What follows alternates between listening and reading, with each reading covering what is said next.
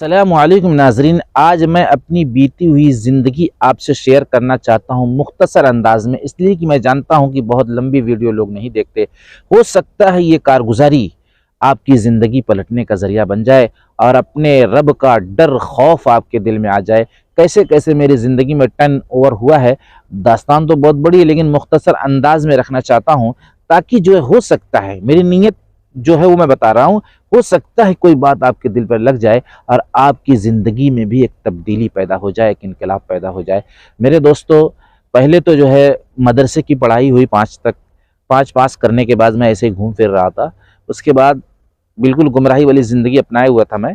उसके बाद मेरे दिल में ख़्याल आया कि मुझे थोड़ा-सा जो है कॉलेज भी अटेंड करना चाहिए, इसलिए कि माहौल बड़ी तेज़ी के साथ जो है दौर बदल रहा है, कुछ पढ़े लिखे लोगों की ज़रूरत है। उसके बाद 6 महीना मैं उसमें पढ़ा मेरे दोस्तों, उसमें मेरी जो कारगुज़ारी बड़ी बदतरीन थी, बड़ा बुरा दौर था। यानी टीचर जो है उल्टा हमसे डरते थे और हाज़िरी गैर हाज़िरी का कोई मतलब ही नहीं था। जाओ या मत जाओ, सब हाज़िरी लगी रहती थी। और मेरे दोस्तों, इतनी नाक़दरी हुई हमसे हमारे टीचर की कि आज मैं उसका अफ़सोस कर रहा हूँ कि वो दौर कैसा था कि मैंने उनकी कोई अदब नहीं किया, कोई एहतराम नहीं किया, जिसके लिए मैं तौबा करता हूँ, इस्तग़फ़ार करता हूँ कि मेरा रब मुझे माफ़ करे। उसके बाद फिर वहाँ से निकलने के बाद ऐसे ही ज़िंदगी गुज़रती गई, इतनी बुराई की तरफ हम चले गए कि ऐसा लगा कि हम इस्लाम से ख़ारिज हो गए हैं। मुझे महसूस हुआ, चूँकि मेरे पास इतना इल्म तो था नहीं, मैं ये समझ रहा था कि मैं इस्लाम से ख़ारिज हूँ, मैं मुसलमान नहीं हूँ। और उसके बाद गुनाहों की तरफ भागता हुआ जा रहा था, भागता हुआ जा रहा था। लेकिन ये दिल में ख़्याल आता था कि हमको जो है रब के पास जाना है, वहाँ जवाब देना है, वहाँ मुतालबा होगा, क्या करके आए हो, दुनिया से क्या कर रहे हो, सब उसके कैमरे में कैच हो रहा है, बच नहीं सकते। यानी ये दिल में ख़्याल आता था, लेकिन बुराई पर इसलिए आमादा थे कि पता नहीं मुसलमान हैं कि नहीं। मेरे दोस्तों, उसके बाद जैसे दिल में एक धड़कन रहती थी और मैं गुनाह करते हुए अक्सर इस्तग़फ़ार पढ़ा करता था, इस्तग़फ़ार पढ़ा करता था, जबकि मैं गुनाह कर रहा हूँ, लेकिन मैं इसलिए पढ़ता था, हो सकता है कि इतनी गुनाह हो रही है, कुछ नेकी भी हो जाए। नमाज की पाबंदी मेरे अंदर नहीं थी, बाई चांस एकाध वक्त की नमाज, लेकिन इस्तग़फ़ार पढ़ता था, कलमा पढ़ता था गुनाह के दौरान, यानी गुनाह करते हुए, कोई गुनाह कर रहा हूँ तो इस्तग़फ़ार भी अक्सर पढ़ता था।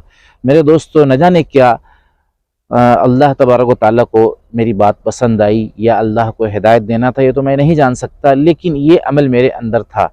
उसके बाद मेरे दिल में एक बेचैनी उठी कि मुझे अपने रब को राज़ी करने के लिए कोशिश करना चाहिए और अल्लाह वालों के साथ मुझे जुड़ना चाहिए, नेक लोगों के साथ मुझे जुड़ना चाहिए।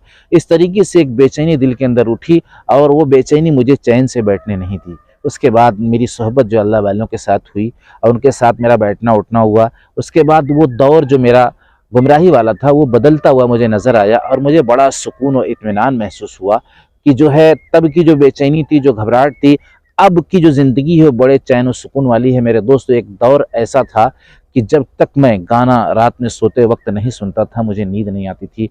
रेडियो पहले चलता था तो मैं सीने पर रख कर सोता था, गाना चलता रहता था, दूसरे लोग आते थे उसको बंद करने के लिए।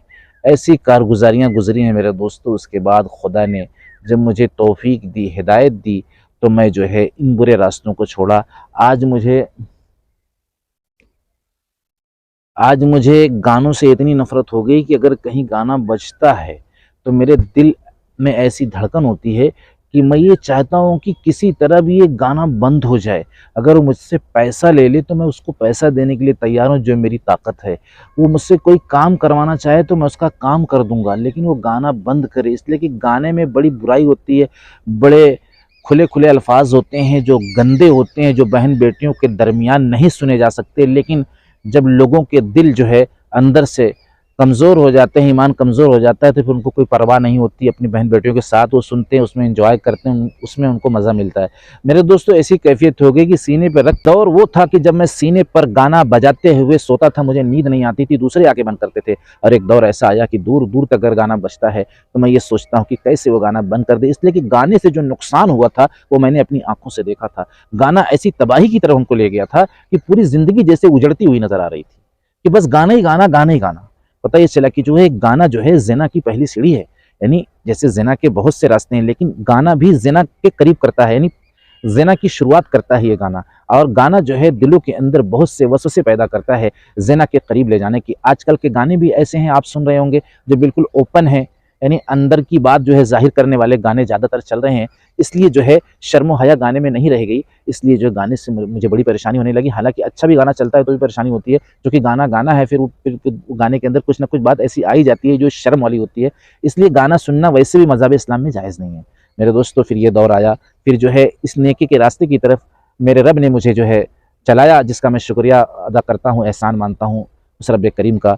मरते दम तक, आखिरी सांस तक मुझे शुक्र करने की वो तौफीक दे। मेरे दोस्तों, आप भी अपने आप को बदल दो, इसलिए कि ज़िंदगी वक्ती और आर्जी है, और पानी के बुल्ले का तो भरोसा है कि उसका 1-2 सेकंड लगेगा, लेकिन हमारी ज़िंदगी का कोई भरोसा नहीं, कब हमारा बुलावा आ जाए, कब पीछे से हमको जो है कोई टांग ले जाए। जैसे आपने देखा होगा कि जब मुर्गी जो है दाना चुगती है, जब मुर्गी के बच्चे जो है चरते रहते हैं, तो बाज, आपने देखा होगा बाज, वो ऐसा आता है मुर्गी के सामने से जो है बच्चे को लेकर चला जाता है, मुर्गी ताकती रह जाती है। इसी तरीके से हम अपने ऐश इशरत में, अपने गाने बजाने में, अपने नाच गाने में मशगूल रहेंगे, और अपने दोस्तों में और नमाज़ों को क़ज़ा करेंगे, और जो है रमज़ान के रोज़े नहीं रखेंगे, और उसी जैसे बाज आया और जो है मुर्गी के बच्चे को उठा लेगा, ऐसे ही मौत आएगी, हमको उठा ले जाएगी, फिर हमारा कोई साथ देने वाला नहीं होगा। मेरे दोस्तों, ये कारगुज़ारी बताने का सिर्फ मकसद ये था, हो सकता है कोई भाई के दिल में बात उतर जाए और उसकी ज़िंदगी तब्दील हो जाए। आगे इंशाअल्लाह और जो कारगुज़ारी है, बहुत सी कारगुज़ारियाँ हैं जो गुज़री हैं, तब्दीली की क्या वजह हुई, इतना बदलाव कैसे आया, मेरे दोस्तों वो सारे जो असबाब हैं आप तक बताने की कोशिश करेंगे। अस्सलाम वालेकुम।